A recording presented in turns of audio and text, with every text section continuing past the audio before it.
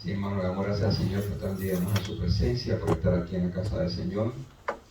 Vamos a ponernos en oración para continuar el estudio de la semana pasada, que es cómo vencer las tinieblas, donde dimos recuento antes de entrar en el estudio.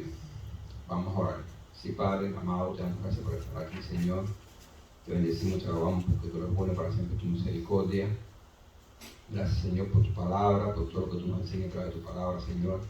Te pedimos, oh Santo Dios, que tú bendigas, Señor, que estudio el día de hoy, y que a través del Espíritu Santo, tú seas el que ponga palabras en nuestra boca, cada lectura, cada testimonio, Señor, cada pensamiento aquí realmente sea dirigido por ti, para que toda palabra aquí se haga, Señor, sea para nuestra edificación, Señor. Te lo pedimos en el santo nombre de Cristo, Padre. Amén. Bien, en el estudio pasado hicimos un recuento antes de entrar en el estudio, y vimos todo lo que hace las tinieblas para apartarnos del propósito de Dios en nuestra vida.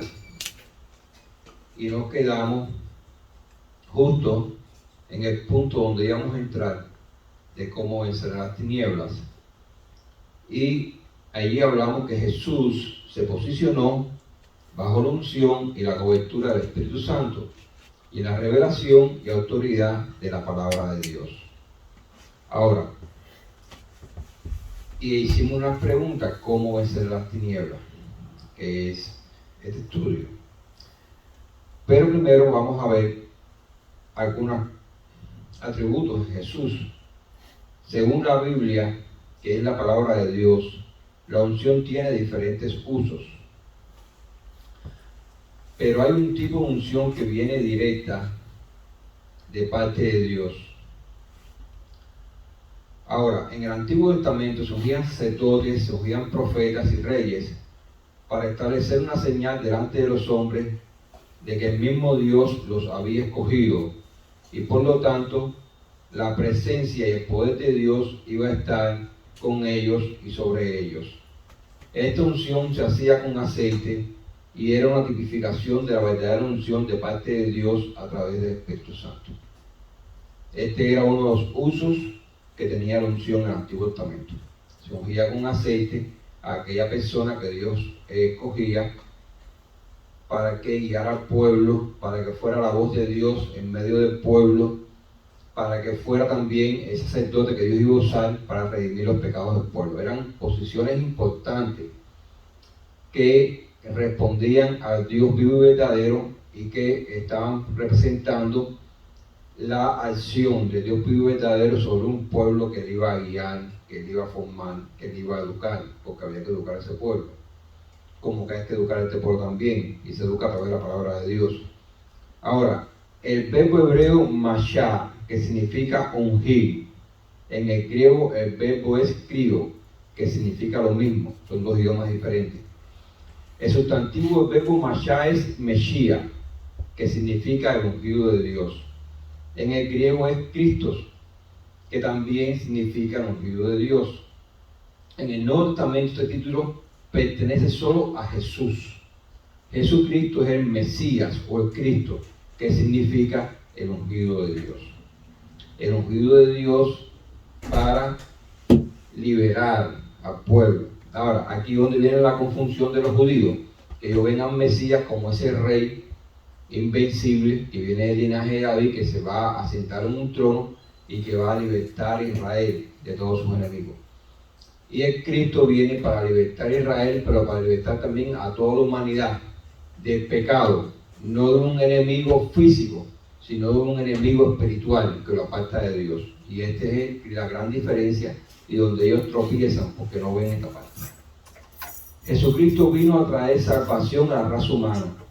Esa fue su misión que no ha terminado aún, porque mientras estemos bajo el ministerio de la gracia de Dios, que se estableció por la sangre derramada por el Hijo de Dios en la cruz del Calvario, esa misión está vigente. Es decir, todavía estamos bajo el ministerio de la gracia. Y este ministerio es gracias a el sacrificio vivo que hizo el Hijo de Dios en la cruz del Calvario. La misión del Mesías es la de traer paz a la humanidad, pero ¿de qué manera lo hace? En el Evangelio de Lucas, capítulo 4, versículo del 16 al 19, allí nos dice la palabra de Dios: vino a Nazaret, donde se había criado, y en el día de reposo entró en la sinagoga, conforme a su costumbre, y se levantó a leer. Y se le dio el libro del profeta Isaías, y habiendo abierto el libro, halló el lugar donde estaba escrito: el Espíritu del Señor está sobre mí, por cuanto me ha ungido para dar buenas nuevas a los pobres. Me ha enviado a sanar a los quebrantados de corazón, a pregonar libertad a los cautivos y vista a los ciegos, a poner en libertad a los oprimidos, a predicar el año agradable del Señor. De esta manera que trae paz. Ahora, esto no fue una coincidencia de que hay que encontrar este pasaje. Yo quiero que ustedes entiendan, como decía en el estudio pasado, que cada detalle del ministerio de Jesús estaba respaldado por el mismo Padre de los cielos y el Espíritu Santo. Cada detalle. Los libros, el concepto de libro que nosotros tenemos ahora es muy diferente a que tenían los judíos. Si entran en internet y buscan lo que son los libros de ellos, son unos rollos. Los rollos esos que eran antes. No es este libro de hojas. Entonces, ese libro de rollo, el libro de Isaías, no es como nosotros tenemos en la Biblia, que los dividieron en capítulos y en versículos para un mejor estudio de la palabra de Dios, un mejor acceso a los pasajes por entender. No era así. Se escribía un rollo entero en un libro, sin división de capítulos ni de versículos. Entonces, encontrar este pasaje en un rollo, y si vemos aquí, ni siquiera está al inicio, en Isaías, creo que, no me recuerdo en qué capítulo. Ahora, yo lo busqué, pero quise enfatizarlo en el Evangelio de Lucas porque está más, el mismo Jesús lo está diciendo y está más revelado en su ministerio. Y él está proclamando este pasaje que está en Isaías, él se lo está autentificando al mismo. Y él está diciendo, esto se está cumpliendo hoy, aquí, delante de ustedes. Inclusive, él lo dice en la sinagoga, esto hoy se ha cumplido delante de ustedes. Yo soy el que vengo a traer esta paz.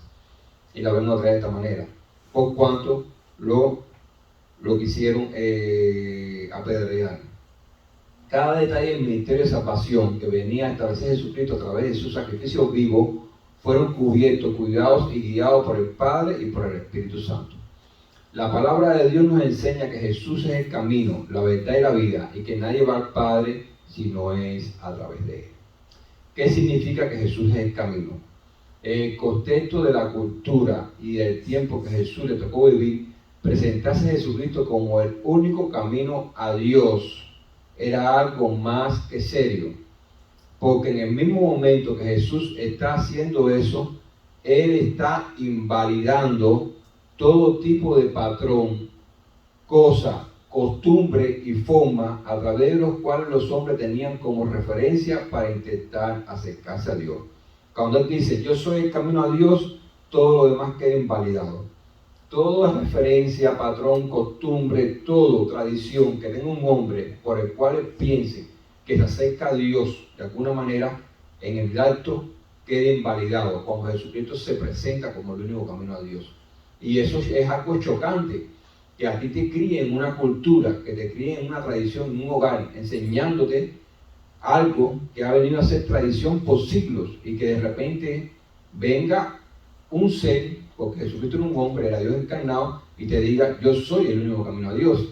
Eso es algo que es chocante y algo que trae un punto de conflicto. Pero es tan serio esto que Jesús nos enseña que no solo invalida todo tipo de patrón, cosa, costumbre y forma a través de los cuales los hombres tenían como referencia para intentar acercarse a Dios en su tiempo y en su cultura, sino que también lo invalida en toda cultura y en todo tiempo, plasmando y afirmando esta enseñanza en la eternidad, que es lo más importante. No solamente lo invalidó para el momento que estaba viviendo y para la nación judía, lo invalida para todos los tiempos. No hay otro camino para acercarse a Dios que no sea Jesucristo. Antes, cuando Él estuvo en la tierra, y después de él. Eso queda plasmado en la eternidad. Él es el único camino al Señor, a Dios. El único. El camino al Padre es Jesús. No hay otro camino, no hay otra forma. No es que se levante un hombre, no es que sea una religión nueva, no lo hay. Cualquier cosa que quiera suplantar a Jesús es una forma impostora. Cualquiera que se levante para tratar de suplantarlo, que tome el título de Mesías, es un impostor. Por lo tanto, y opera bajo un espíritu demoníaco. Eso no es de Dios. Venga de donde venga, no importa de donde venga, opera bajo un espíritu demoníaco. Jesús, por ende, se autoconstituye el camino a Dios, el patrón y ejemplo que todos los hombres deben buscar, aceptar y seguir, transformarse a su imagen y conforme a su semejanza es la meta de todo aquel que la haya recibido como Dios y Salvador. Eso significa ser un discípulo, que hablábamos en un estudio pasado, transformarse a la imagen y conforme a la semejanza de Jesús. Qué interesante, porque cuando Dios crea al hombre, lo crea a su imagen y conforme a su semejanza, el hombre cae y se deforma esa imagen y se deforma esa semejanza, se daña. Pero ahora viene Jesús para restablecer todas las cosas, para hacerlas nuevas. Y por lo tanto es el patrón que nosotros tenemos que seguir. Cómo ser igual a Él es la manera que realmente a Dios le agrada, porque así fue como Jesús vivió en la vida, tratando en todo momento de agradar al Padre que estaba en los cielos. Cuando haces una cosa que realmente no está de acuerdo, desagrada a Dios, tú no estás conectado con Dios. No importa en el lugar que estés y no importa en la posición que estés en ese lugar. Aunque tú creas que estás rindiendo un servicio a Dios, si tú estás caminando incorrectamente delante de Dios, tú estás desconectado de Dios. Y eso es algo importante que tenemos que tener en nuestras vidas. Jesús se constituye entonces en nuestro modelo a seguir, en aquel que debemos imitar. Es común en el hombre que siempre busque a alguien a quien imitar. Por eso la vida de muchas personas son un verdadero desastre, porque si se imita algo errado y torcido, pues el que lo está imitando también terminará igual. No puedes imitar algo que es malo o que está mal y que tu vida vaya bien. Por eso muchas personas quieren que su vida cambie, que su vida se transforme en algo bueno.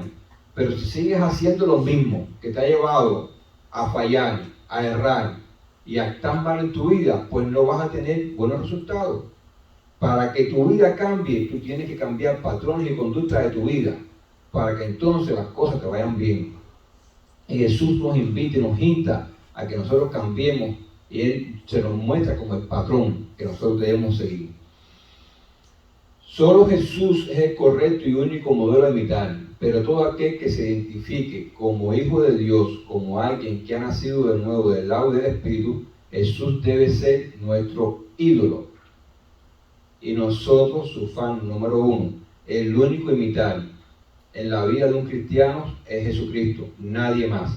Toda otra persona, o peor aún, otra cosa que un cristiano imite que no sea Jesús, lo va a llevar a fracaso del propósito de Dios en su vida. Toda cosa que se imite, toda cosa que se siga, que no sea Jesús, te desconecta del propósito de Dios en tu vida. Para poder que se cumpla el propósito de Dios en nuestra vida, a que fuimos llamados, nosotros tenemos que ser fieles imitadores de Jesucristo. Tenemos que buscarlo con todo nuestro ser. Solo imitando a Jesús, solo siguiendo a Jesús, recibiendo y poniendo en práctica su enseñanza, solo permaneciendo en Jesús, podrás alcanzar el propósito de Dios en tu vida. El propósito de Dios en tu vida no se alcanza siguiendo falsos maestros, no se alcanza siguiendo falsas doctrinas. Y ojo con esto, hoy más que nunca se ha llenado la iglesia cristiana de falsos maestros y de falsas doctrinas. Y en el mundo también se están levantando muchos falsos maestros, muchos falsos mesías, que son un mesías aquel no solamente que se proclama como el mesías de la humanidad, sino también como el que tiene la solución de la humanidad. Hay quienes proclaman directamente yo soy el Mesías, pero hay otros que dicen yo tengo la solución de la humanidad a través de la biotecnología, a través del dinero, lo que sea, yo tengo la solución de la humanidad. Toda persona que se levante como que tiene la solución de la humanidad es un falso Mesías. ¿Okay? Y opera bajo un espíritu demoníaco del mismo Satanás. Jesús es la verdad, solo Jesús es la verdad de Dios, que descendió del cielo y descendió porque el Padre que está en los cielos lo envió. Esa es la razón exacta por la cual Jesucristo se autoconstituyó como la verdad de Dios. Él lo dijo, yo soy la verdad. Dijo, yo soy el camino, la verdad y la vida. Y nadie va al Padre si no es a través de mí. Nadie puede proclamar ese título para sí. Ese título solo pertenece a Jesucristo, a nadie más. Toda aquella persona que quiera usurpar ese lugar es un falso maestro y un falso profeta. Solo Jesús es la verdad del cielo, revelada a los hombres. Toda persona que siga a cualquier otra persona que se levante y se proclame como el Mesías de Dios, tal es un ciego, dejándose guiar por otro ciego. Eso lo dice la Biblia en Mateo 15, del 12 al 14, ahí dice, entonces acercándose sus discípulos le dijeron, ¿sabes que los fariseos se ofendieron cuando oyeron esta palabra? Pero respondiendo él dijo, toda planta que no plantó mi Padre Celestial será desarraigada. Dejadlo, son ciegos, guías de ciegos, y si el ciego guiara al ciego, ambos caerán en el hoyo. Y fíjate, en este pasaje no está hablando de personas que desconocían las Escrituras, está hablando de los fariseos. ¿Ok? Que eran personas que eran estudiosos de la Biblia, celosos, que eran, se puede decir como en aquel momento era la cúpula ortodoxa de la ley, los fariseos. Y entonces, y Jesús está diciendo, estos fariseos, si ellos que están diciendo eso, no los plantó mi Padre, mi mismo Padre los va a desarraigar. Eso quiere decir que van a ser quitados y van a ser echados fuera del reino. Las enseñanzas de Jesús son muy importantes. Cualquier cristiano que no guíe su vida por las enseñanzas de Jesucristo, el tal está errado y en una zona de peligro. Hoy en día hay muchas iglesias, hay muchos cristianos que tuecen, reciten y cuestionan las enseñanzas de Jesucristo. Después se atreven a invocar el nombre de Dios y al Espíritu Santo. Y aunque invoquen el nombre de Dios y al Espíritu Santo, no van a obtener ningún respaldo de parte de Dios, porque Dios no honra ni respalda a quien ose no tener en cuenta a Jesucristo, su Hijo amado, y a la sangre que Jesús derramó en la cruz del Calvario. Mira, en Apocalipsis, lo vimos en el estudio pasado, se le habla a la iglesia de la Odisea, el Espíritu Santo mismo está hablando de la iglesia de la Odisea, Jesucristo, y le está diciendo, es una iglesia que decía, yo soy rica, ostentosa, y no tengo necesidad de nada, pero el Espíritu del mismo Mesías, Jesús le dice, pero yo te digo que tú eres pobre, desventurado y ciego. ¿Entiendes? Entonces, que una iglesia sea ostentosa materialmente, que tenga poder material, que tenga relaciones con los gobiernos de la tierra, que tenga el respaldo del gobierno de la tierra, que se haya corrompido, que haya pactado, que esté en una total corrupción, abominación y apostasía, pero que ella se muestre como que tiene poder, eso no significa que tiene el respaldo de Dios. Eso significa, literalmente, como dice la Biblia, que es una ramera que se ha corrompido, te tuetan los huesos, que está metida hasta lo sumo con los reinos de este mundo y que va a ser desechada delante de Dios. Entonces, eso es lo que significa. No significa que el poder de Dios está sobre esa iglesia, porque los hombres a veces confunden el poder y la opulencia material y el respaldo político que tiene una persona de los gobiernos del mundo con el respaldo de Dios, y eso no es así. Entonces, ojo, hay que tener cuenta en eso, que una persona diga que es cristiano, si no está caminando correctamente delante de Dios, haciendo la voluntad de Dios en la tierra, no tiene el respaldo del Padre que está en los cielos. Y llegado su momento va a tener que responder por eso, porque se nos olvida, estando aquí en la tierra, que un día todos nosotros vamos a estar delante del tribunal de Dios. Vamos a estar delante de él cara a cara. ¿Qué le vamos a decir? Delante del Creador de los cielos y la tierra. Allí nadie puede mentir. Ahí no puede decir una mentira, ni esa chiquita, ni siquiera esas chiquiticas mentiritas blancas, que a veces nosotros, no, es una mentirita blanca, no, ni mentirita blanca, ni gris, ni negra, ninguna. Para Dios mentira es mentira, ahí no se va a poder decir ninguna mentira. Y todo va a ser descubierto delante de Dios, nuestras obras, nuestras palabras y nuestros pensamientos. Por lo tanto, es mejor ponernos a cuenta con Dios y hacer su voluntad, porque nada nos vale como ya hemos dicho antes, ya pasar una vida entera profesando de que somos realmente cristianos, y cuando llegue el final de nuestra película, de nuestra vida, cuando llegue la verdad, ser cortado y ser desechado. De nada nos vale. Para Jesús poder cumplir su misión, tenía primeramente que caminar bajo la unción y la cobertura del Espíritu Santo y bajo la autoridad y la revelación de la palabra de Dios. Es decir, Jesús tenía que posicionarse en la autoridad que le había sido conferida. Y no se está hablando que Jesús viene a buscar un tipo de autoridad, sino que viene a hacer valer la autoridad que le ha sido conferida, la autoridad que está en Él, la autoridad que es Él.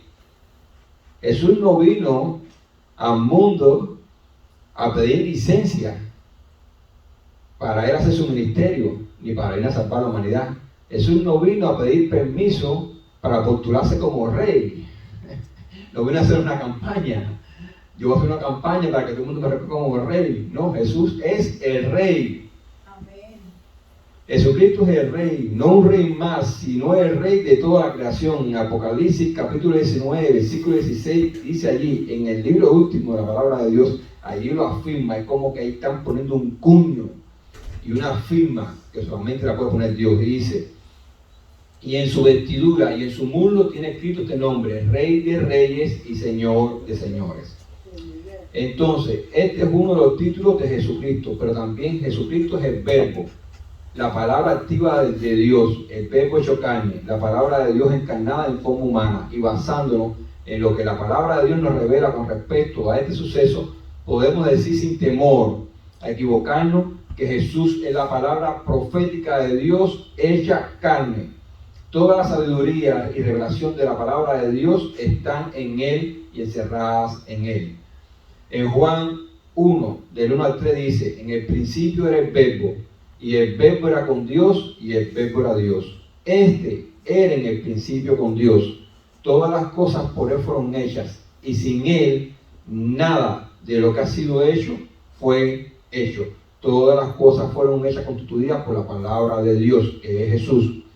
En Colosenses 1, de 15 al 20 dice: Él es la imagen del Dios invisible, el primogénito de toda creación, porque en Él fueron creadas todas las cosas, las que hay en los cielos y las que hay en la tierra, visibles e invisibles, sean tronos, sean dominios, sean principados, sean potestades. Todo fue creado por medio de Él y para Él. Y Él es antes de todas las cosas, y todas las cosas en Él subsisten. Y Él es la cabeza del cuerpo, que es la iglesia.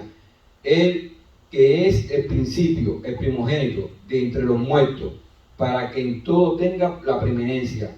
Por cuanto agradó al Padre que en Él habitase toda la plenitud, y por medio de Él reconciliar consigo todas las cosas, así las que están en la tierra como las que están en los cielos, haciendo la paz mediante la sangre de su cruz.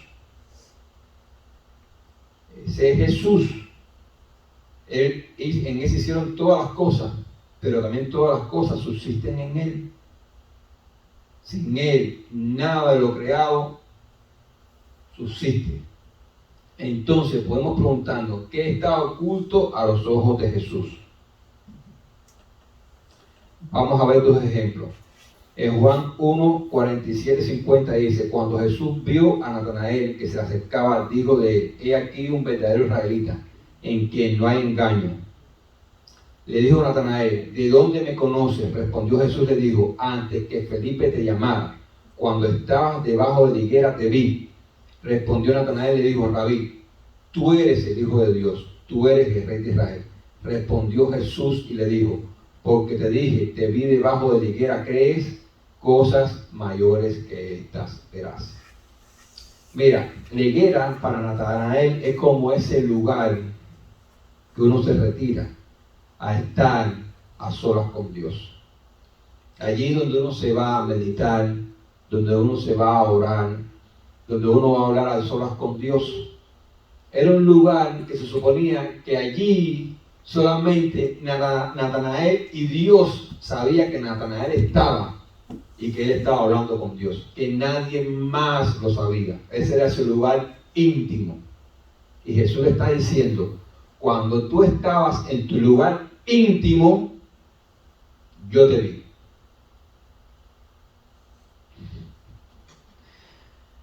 El otro pasaje es Juan 4, del 15 al 19. La mujer le dijo, hablando de la samaritana, Señor, dame esa agua, para que no tenga yo sed, ni venga aquí a sacarla. Jesús le dijo, ve, llama a tu marido y ven acá.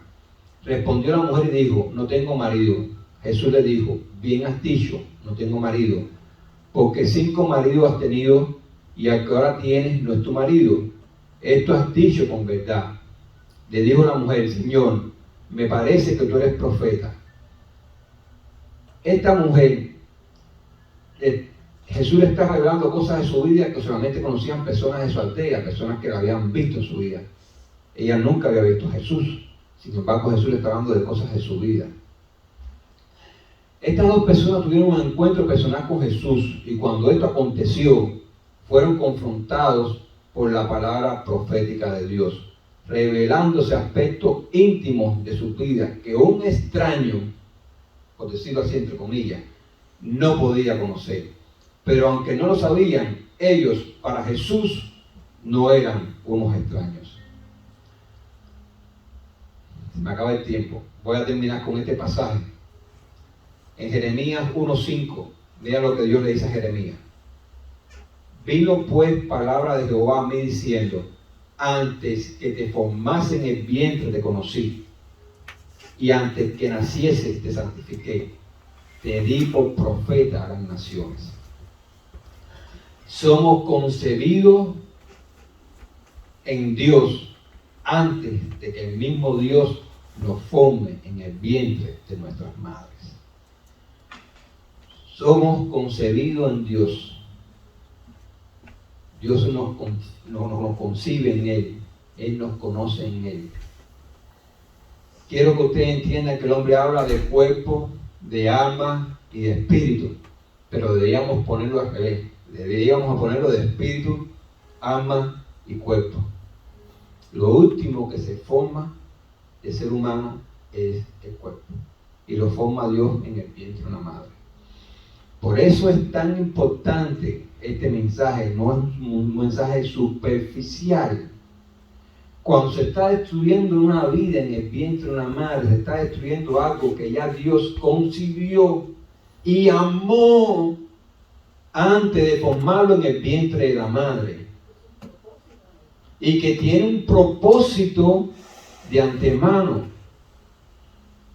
Es increíble ver en los videos cómo los animales defienden con su vida a sus crías, las defienden. Vemos las gallinas, las aves, otras aves, que son aves, que son animales que por lo general son presas.